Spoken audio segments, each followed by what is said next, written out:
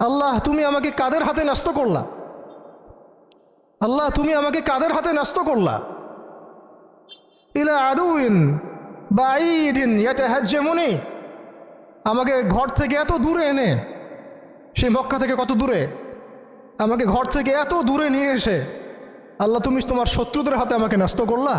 ইয়াতাহাজ্জামুনি, যারা চতুর্দিক থেকে আমাকে পাথর মারতেছে।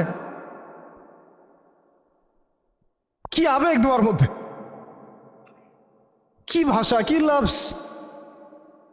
ইলা আদুইন বাঈদিন ইয়াতাহাজ্জামুনি, তুমি আমাকে আল্লাহ ঘর থেকে বের করে এত দূরে নিয়ে আসলা, শত্রুদের হাতে সোপর্দ করলা, তারা আমাকে চতুর্দিক থেকে পাথর মারতেছে।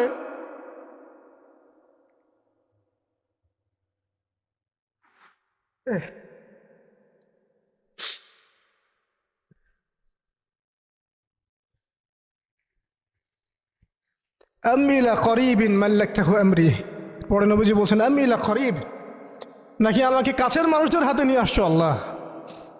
আল্লাহ তুমি কি আমাকে কাছের মানুষদের হাতে উঠাই দিছ। মাল্লাকতাহু আমরি, যারা আমার ভালো মন্দের কাজের মালিক হয়ে গেছে।